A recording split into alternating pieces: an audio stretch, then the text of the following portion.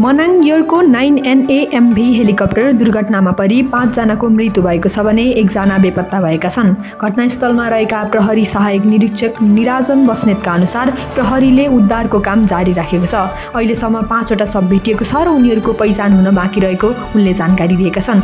मंगलबार बिहान सुर्केबाट काठमाडौँको लागि उडेको मनाङ एयरको जहाज लामजुरा पास नजिकै दुर्घटनाग्रस्त अवस्थामा भेटिएको हो। हेलिकप्टर दुर्घटनाको कारण खुलिसकेको छैन। अहिले अल्टिच्युड एयरको अर्को हेलिकप्टर दुर्घटनास्थलमा पठाइएको छ।